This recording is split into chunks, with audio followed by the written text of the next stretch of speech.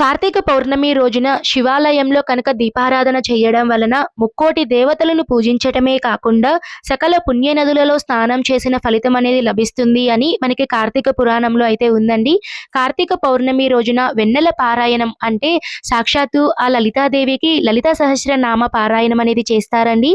అలానే కార్తీక పౌర్ణమి రోజున జ్వాలా తోరణం అనేది ప్రత్యేకంగా కొన్ని దేవాలయాలలో ఏర్పాటు చేస్తారండి. జ్వాలా తోరణం కింద 3 సార్లు దాటినా కూడా వాళ్ళకి పునర్జన్మ ఉండదు, వాళ్ళకి శివానుగ్రహం శివపార్వతుల అనుగ్రహం లభిస్తుంది అని సాక్షాత్తు పార్వతీదేవినే మనకి వరమిస్తారట అండి. ఇవన్నీ కూడా మనకి కార్తీక పురాణంలో అయితే తెలియచేయడం అయితే జరిగింది.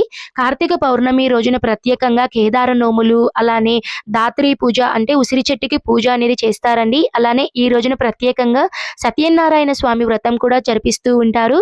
తప్పకుండా ఏదైనా దేవాలయాలలో సత్యనారాయణ వ్రతం కనుక చేపిస్తే అక్కడ ఖచ్చితంగా పాల్గొనడానికి ప్రయత్నించండి. కార్తీక పౌర్ణమి రోజున పూజా విధానం ఇవన్నీ కూడా మన శివసుప్రియ వ్లాగ్స్ ఛానల్లో అయితే అప్లోడ్ చేశానండి. మీకు కనుక ఇంట్రెస్ట్ ఉంటే తప్పకుండా మన ఛానల్కి వెళ్ళి చూడండి. ధన్యవాదములు.